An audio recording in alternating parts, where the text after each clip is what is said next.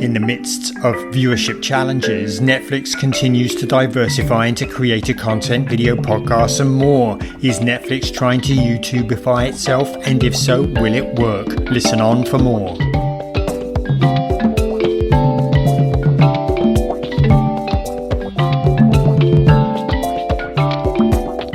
Welcome to this week's edition of Inside the Stream. This is Will Richmond from Video News, and Colin Dixon has torn himself away from watching the World Cup for just enough time to record the podcast, right, Colin? That's about right, Will. You know, when this all started, you said, would anything rise to the excitement of that NBA playoff game comeback? And I think there has been a couple of games. I mentioned that I was a Cabo Verde fan, and oh my goodness, they took Argentina, the world champions, to the plate to win that game. It took them the whole game and extra time to win their game against Cabo Verde, which was pretty amazing. And they scored one spectacular goal. So there was that, which was definitely a fantastic game to watch. And then Argentina again had to come back from a 2-0 deficit yesterday the day before yesterday, to beat Egypt and go through to the next round. So it's been a very exciting tournament for me. And yes, I have been watching a lot of the games.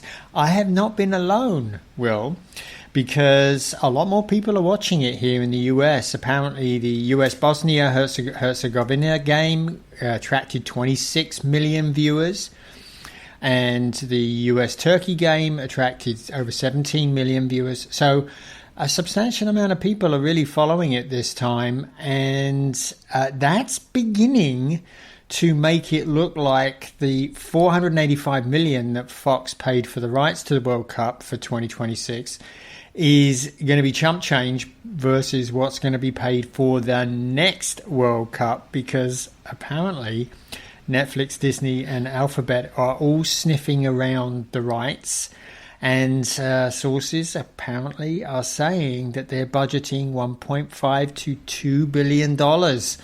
So yeah, it's getting seriously popular now in the US, and this is very gratifying. It's good to see that the many years I've been in the US, to see it steadily growing in popularity here. It's the world's game. So maybe I will convert you yet.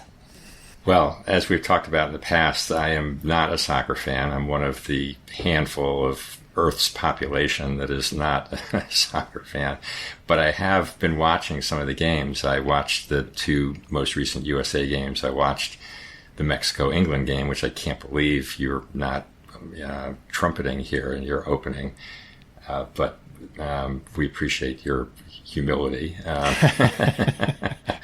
that was quite a game. And it was. It is fun, although I'll say that, I don't know, 100 and plus minutes of game time and only seeing 2 scores or 3 scores is not really that fulfilling, let's say, for a basketball fan, where, you know, it's not unusual to have 200 plus points scored in a game, but I readily concede that to each their own. Doesn't it get a little bit tedious, though, all of those points getting scored? Come on. At least in soccer, when they score a goal, there's reason for celebration, right? I don't deny that. It's just, you know, how much time can you just be spent watching guys kicking a ball around back and forth? Well, it's all strategy, man. It's all strategy. But okay. Anyway, that kind of counts, I think, as my in the news piece for this week. Do you have anything for us? Yeah, so we'll shift from your interest in soccer to my interest in golf, and we were tracking Versant's first big acquisition since being split off from Comcast not that long ago. And of course, we talked about that.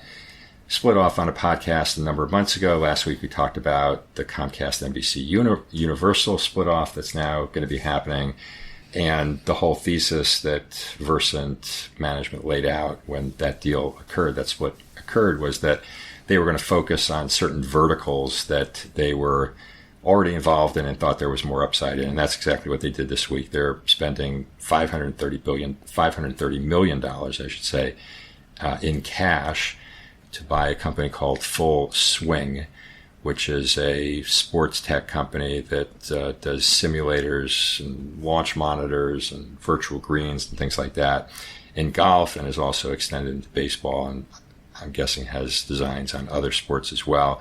And this integrates with Golf Channel, and they also have other golf products, Golf Now and Golf Pass, that service both golfers and also golf clubs. So seems like there's some synergy on the surface. It'll be interesting to see how it all gets integrated and plays out. Listeners know from all these podcasts over time that I tend to be a little bit skeptical about these M&A deals. They often sound better on paper than they actually end up being in real life. Sometimes they don't even sound good on paper, which is definitely not a good sign of them playing out well in real life. But this one seems like on paper it has some potential, and we'll wait and see how it plays out. Yeah, we chatted a little bit before the podcast, and I have to say I kind of like this deal because of this vertical orientation that Versant has in the golf market. They work very closely with golf clubs. It seems to me that this is a good product that they can now take into golf clubs around the country and partner with the golf club, the people that are running the golf club, to sort of sell this to the membership, to analyze their swings, and this is something that I think a golfer would probably come back to again and again and again to see if they're improving, right? So I think there's some decent money to be made here. It's a lot to make up, though, that half a billion dollars that they spent for this technology. But they obviously run the numbers and they think they can do it. And one of the things that's a truism, I think, in just about any customer service oriented business like this is find a way to have the people that really love your product to spend more money with you. And this, I think, is one of those examples, Will. This is a great way to get golfers to spend more money in the golf clubs. So I'm going to issue a gentle admonition here that soccer is your lane. Golf is my lane. So while we all appreciate your optimism and insights about what clubs can do and golfers like to do and spend money and so forth, we're gonna reserve judgment for now and see. And as I mentioned to you earlier, I have a little bit of bona fides to talk about now in the golf world. You do, and you should mention you shared with me a big event for you this week in the golf world. Geez, Colin, I feel like I have to practically draw that out of you, even though when we prepped for the podcast, you said that you were going to voluntarily mention this because it's so falsely humble for me to say it. But I did have my first ever hole-in-one over the weekend, which for anyone listening to the podcast who's a golfer knows that that's a rare celebratory moment in the lifetime of a golfer. Google actually says the odds of a lifetime golfer ever getting one is 12,500 to 1. I have no way of verifying that or not, but a little bit of a thrill. Well, I couldn't not give you an opportunity to brag just a little bit about that. And man, you should run out and buy a lottery ticket. Maybe your luck's in at the moment. Yeah, I think winning a lottery, the odds are far longer than 12,500 to 1, Colin, so I'm not extrapolating anything. But why don't we, enough of our chit-chat here, let's get down to business. And as you said at the top, we are going to explore this question today of whether Netflix is trying to YouTube-ify itself. Yeah, and I suppose we should, the sort of end I'd like to start with, Will, is engagement. And this was sort of highlighted in a piece by Lucas Shaw over at Bloomberg this week when he was looking at first and second seasons. And perhaps I'll leave that data for you to talk about, because I think listeners will remember that I have actually been tracking quite closely I've tracked quite closely in the past engagement at Netflix. And the way I was doing it was I was taking the gross viewing numbers that they were providing, the gross viewing hours, and calculating that on a per subscriber basis. And what my data was telling me was that Netflix engagement was actually falling on a per subscriber basis. And I can't do that anymore because Netflix doesn't tell us how many subscribers they have. But certainly this data from Lucas Shaw suggests that that's the case. But more importantly, I went to look at Nielsen's gauge data and took a look. I took a snapshot about 2 years ago, and I was able to compare that with what's been going on in the last year, because Nielsen only gives us the last year. And what I found was that overall, streaming has increased its share of total TV time here in the US from 42% to 48%. Now, Netflix has not benefited from this increase.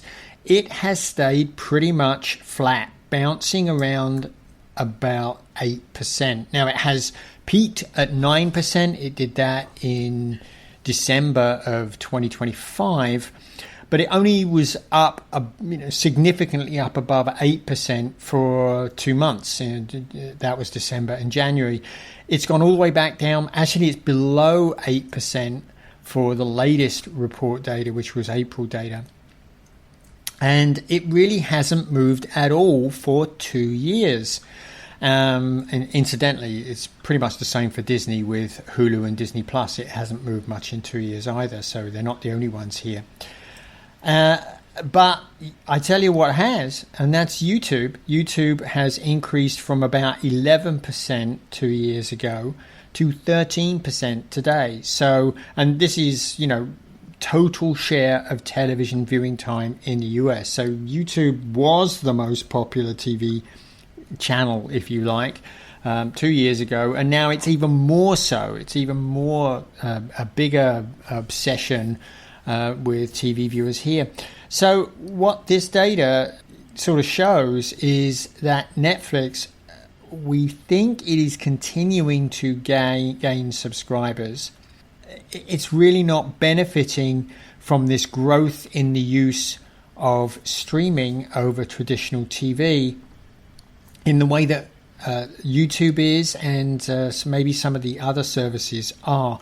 And this all, to me, sort of points to there is an engagement problem. And maybe you can talk a little bit about this data from Bloomberg's Lucas Shaw.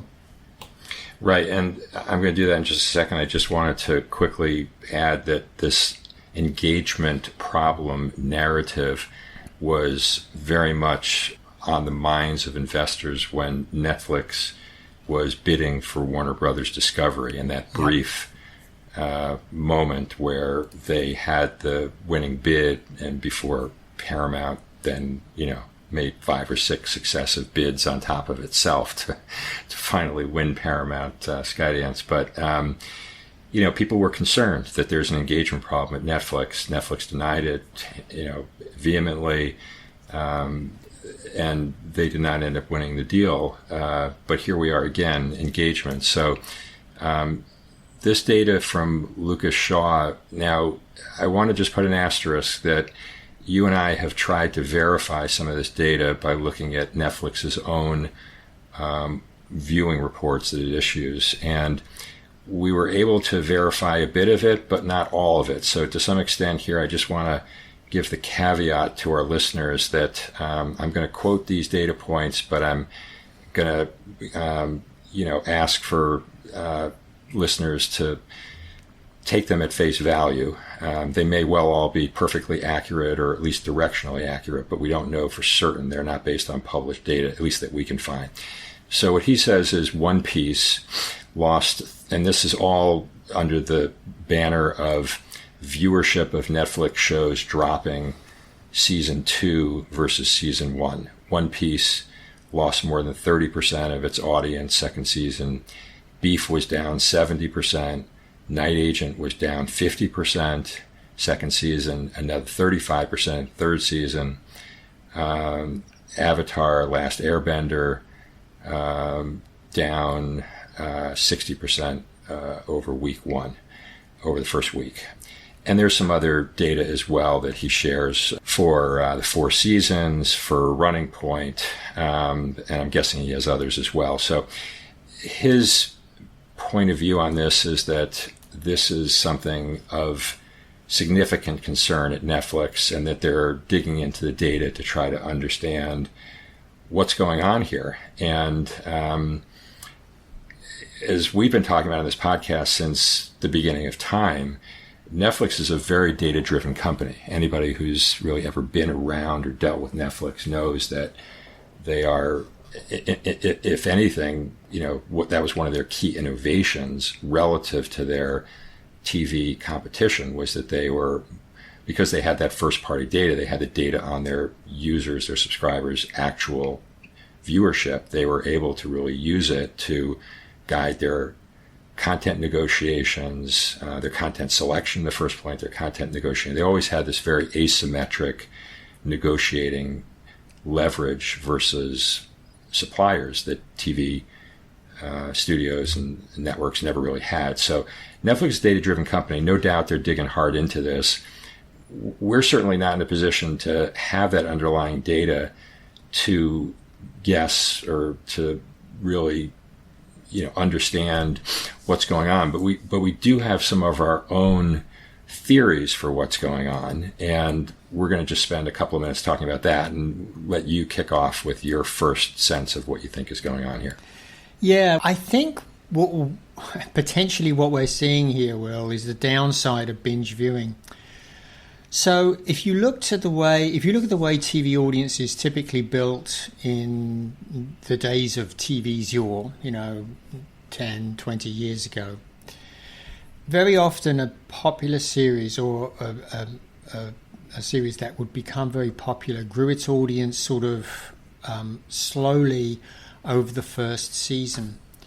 And so most of the people that would become fanatical about that series and watch it actually didn't start watching from the beginning. They heard about it from a friend, or they read a review in the paper or something like that, and they tuned in later. And so what that means is they would, as they grew to love that series, as the season played out, they had strong motivation to go and watch the reruns in the summer because they will want to see the episodes that they had missed because they joined late. The net upshot of that was that they were only very recently watching, quote, new episodes to them of this show when the next season released in the fall. So I think what this allowed the show to do was to actually grow its audience significantly through season 1 into season 2, because now everybody didn't want to miss that first episode because they enjoyed season 1 so much. With binge viewing, that's not true anymore. What happens is somebody hears about the show, doesn't matter when they hear about it. They can go and watch every episode. They can binge them all in a month or a week or a night if they want to. And unfortunately, there may not be another season of that show for a year or two, and by then they've moved on. So I think the way TV was structured supported much better subsequent seasons of that show. And that's why I think a lot of TV shows did much better in their second season than they did in their first season, because it gathered audience and everybody was there ready to go, when that season came. So we could just be seeing something like that. So I just want to boil down what you said just to make sure I understand it and our listeners understand it. You're basically saying that in this sort of binge viewing era that we now live in, people watch a show and then they kind of forget about it before season 2 comes up. Whereas in the past there was more kind of continuity of time. Now people just kind of forget about it and move on to the next show. And that's, you're thinking, a big driver for why season 2 viewership declines. Absolutely. There's also, there's no time. Think about the dynamics of watching some of the great series like The Sopranos. As you watch each episode as it's released each week, you spend time talking with your friends about it. It becomes a community thing, right? And there's really no time to develop that community with a Netflix show that there was with the TV, with the traditional TV model, where you did build this community, where you were waiting for the next episode, and everybody, was made sure to be there to tune in as soon as it was available. That's not the case with Netflix. Somebody tells you there's a great show, you can watch it until you're sick of it, right? And that might actually be the case. People watch it until they're sick of it, and then they don't watch it. I'd love to see data on how many people are watching the last episodes versus how many people are watching the beginning and the middle episodes. Right. It could be, it just feels to me like the dynamics of viewing in the Netflix model, which is where you drop all the episodes, are very different to the dynamics of viewing TV. And TV supports better growth of audience over multiple seasons. Yeah. So I think that explanation is very plausible. I'm going to add another angle on that explanation as well, which is that, as we all know, Netflix spends more on originals now than anybody. And the question arises, like, how much is too much? And is there some sort of a phenomenon going on here where Netflix is kind of, shows are kind of eating their own, right? Because there are just so many next good shows that are happening that, to your point, people move on to the next show and they forget that there was that show they watched 6 months ago that they really liked that's now just not top of mind for them anymore. And so part of this problem may be one of Netflix's own making by spending this, $20 billion a year or whatever they're now up to. They've maybe overwhelmed the viewer a little bit, and now we're seeing it manifesting in this season 2 drop-offs. Yeah, I think that could absolutely be the case, Will.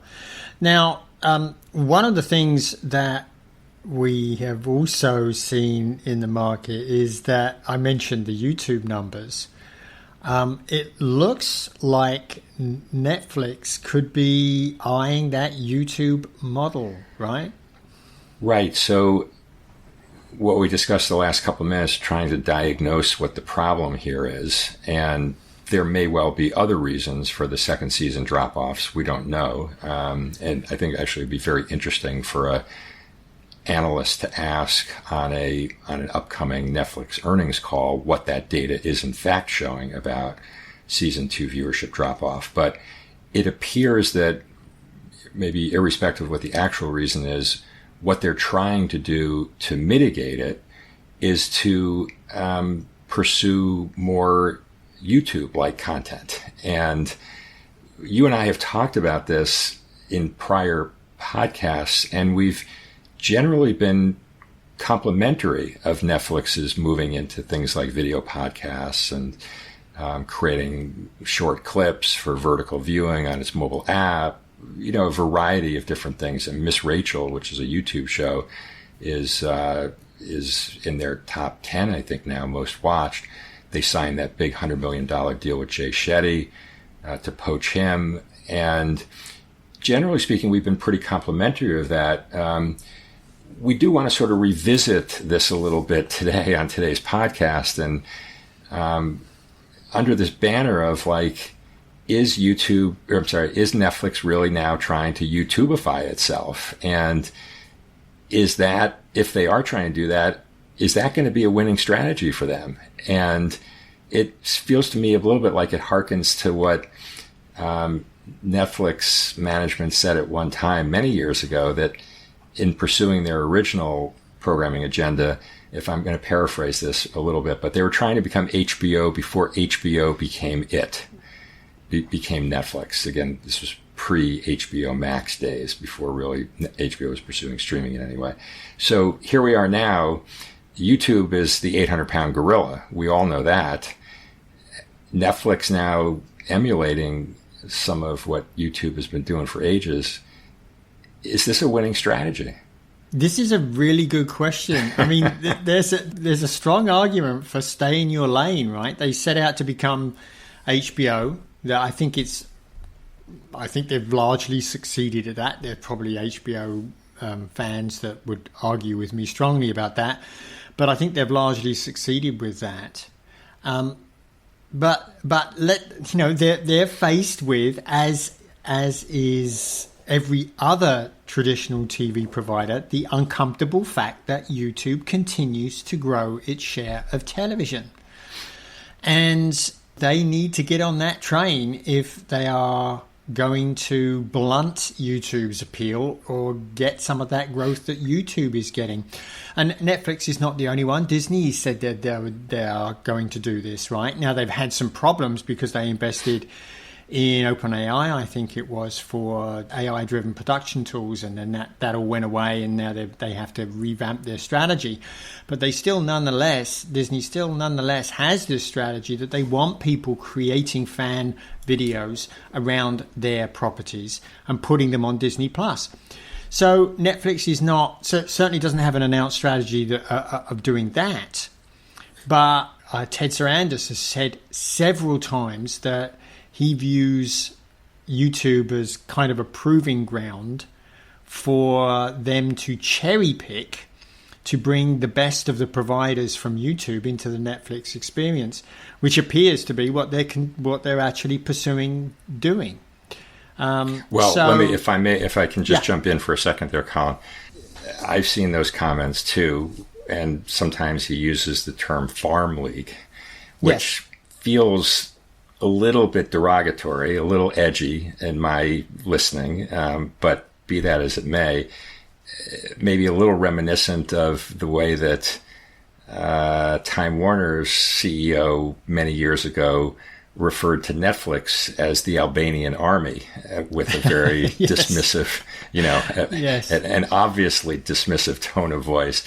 So when I hear Farm League, I think, well, now wait a second, because let's check that, because actually Netflix is not signing like third tier YouTubers and giving them a trial run in the majors, so to speak. They're signing some major YouTube players, well-established YouTube players, like a Miss Rachel or a Jay Shetty. These are established people with gigantic audiences. I don't think any of those folks would say, hey, I was in the farm league and now I'm stepping up to Netflix. So I'm questioning that thesis a little bit. And actually it was only a couple months ago where Ted Sarandos was in front of EU regulators and said, quote, YouTube isn't a bunch of cat videos. It's a straightforward direct competitor. And that either a local broadcaster or a streamer like either a local broadcaster or a streamer like Netflix, the connected TV market is a zero-sum screen. So whichever one you choose, that's what you're watching tonight. So it appears that the thinking may be evolving at Netflix without kind of over-interpreting that this is no longer a farm league type of situation, but rather a head-on competitor that it's now spending big bucks to stand up against. Yeah, you bet. And you got to say, you got to be pretty dumb if you don't recognize that YouTube is a direct competitor, because look at the numbers. You only have to take a look at the numbers and see that YouTube continues to take a larger and larger share of total TV viewing time in the US today. Now, there is this idea of competition, and all of the broadcasters are working with YouTube. Of course, we've talked about the fact that the BBC in the UK, for example, is now creating exclusive content for YouTube, and but their remit is slightly different than a Netflix. BBC has this public interest side of things where they should be reaching their potential viewers on any platform, and they're not driven by the profit motive. Netflix is. So helping their competitor YouTube, that's less and less appealing to them going forward. Now, can they be successful with this strategy of cherry picking some of the best content and signing them up to create content exclusively for their platform? I don't know, Will. It's incredibly difficult to get people from one platform to another. What we know is that though they may sign an exclusive deal with Netflix, it's exclusive for the content that they produce for Netflix. They're going to continue to produce content for YouTube. It's where their audience is. Sure, they'll tell them about what's on Netflix, and most of their audience will be able to get to see what's on Netflix, but they are not going to abandon YouTube for Netflix. They will continue to watch on YouTube their favorite creators and all of the rest. So will this be successful? I honestly don't know. It's one of those things where they may get some increase in subscribers, maybe, to come and see this content who weren't there before, who come in to see this creator content that they can't get on YouTube. But it certainly, I don't think, will do anything to blunt the appeal of YouTube. And YouTube is such a fundamentally different model to Netflix that, Netflix will never become YouTube. It's almost, it's unfathomable to think that they could even think that they could get to being a YouTube. And I'm sure that they're not planning on doing that. But that said, if you can't out YouTube, I just don't see how you can slow YouTube's growth. You can only fuel it by making these creators more popular so that more people have to watch them on YouTube. I don't know. It's a really difficult problem. And whether it will solve Netflix's engagement problem, I have no idea. My sense is probably not. This certainly won't fix their second season problems. It certainly won't fix their viewing time problems. I think it may bring in some extra subscribers, but I don't know. I still think it won't do anything to help out with their core problem of engagement is falling. So, oh my, how the tables have turned, right? Netflix as insurgent, grabbing eyeballs from all the broadcast and cable TV networks, and now battling for its own relevance to some extent. And I don't mean to overstate, but I think your point about, sort of brand fit here. In other words, the Netflix brand is well established for premium programming. That's been the calling card for, I don't know, ever since House of Cards or whatever the first original was. I mean, it was always like, we're going to do premium content. And of course, YouTube is long since graduated from its user-generated roots. But at the same time, most of what's on YouTube would not be confused for a $100 million Hollywood production. So there's a question of brand fit there for Netflix. For users also, do they really want to or need to go to Netflix to find their favorite creator content when it's already, as you point out, available in one way, shape, or form or another on YouTube or TikTok for that matter, or elsewhere. Yeah. And then last but not least, of course, is the other point that you made, which is, we've talked about endless times on this podcast, is that YouTube has the best video business model of any company out there. Yes, they do. Period. End. Stop. They do not pay for content. It's all success-based. You become a successful creator on YouTube, you get your share of ad revenue, YouTube gets its share of the ad revenue. And that's the essence of the creator economy model. And, that can't be beat. No, it can't. There's no amount of Netflix nibbling around the corners of YouTube's model that's going to overturn that business model. It's just not going to happen. Yeah. When you think about it, a content creator on YouTube doesn't get one nickel until they earn it. Earn it, yeah. And as you say, YouTube gets its nickel when they earn theirs. Yeah. So yeah, and that whole model of the quote democratization of video, which is something that's been talked about for years, right? That's what YouTube fundamentally invented, as you just put it very well. Yeah. Creators earn their audience and they earn their money on YouTube through their performance. Yeah. That's a very different model than what we've seen in the TV world. And Netflix is, they innovated by streaming premium video, but they didn't really change much the business model of premium premium video. No. I suppose So. the last thing I'll say on this, Will, is that yes, this is YouTube's model. It is still growing in popularity on television. I would suggest that there will be a level at which it will stop growing. It will reach that level at some point. As you point out, the viewing mode that they've served to address is very different to the one that Netflix addresses, where they're expecting people to stay engaged for 30 minutes to an hour and a half in content. People watch in different modes all the time. And the good news for Netflix is they're at least not losing engagement share, at least according to Nielsen's numbers in the US. They're holding roughly steady at about 8%. So, there is maybe a little bit of good news here for Netflix, but still, I'm sure they would much rather be growing their share as streaming continues to grow. And as the old expression goes, you don't want to drive a car looking in the rearview mirror, right? Exactly.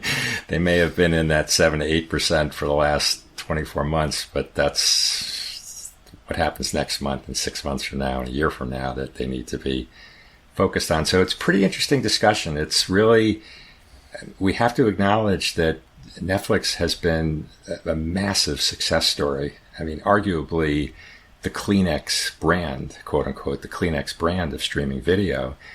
And yet we've now arrived at a point where, as always, trees don't grow to the sky, and things are sort of shifting underfoot here under Netflix. And we're seeing them making these moves that seem to acknowledge that. Indeed. So, but you know what? I think that's probably about enough for this week, Will. Agreed. So, the only reason you're saying that is because you're watching the clock, and the game is going to start like momentarily. Oh, yeah. So we're going to call you out on that, Colin. So we'll let you go. Thanks everybody for listening on this week's edition of Inside the Stream, and we'll see you all again next week.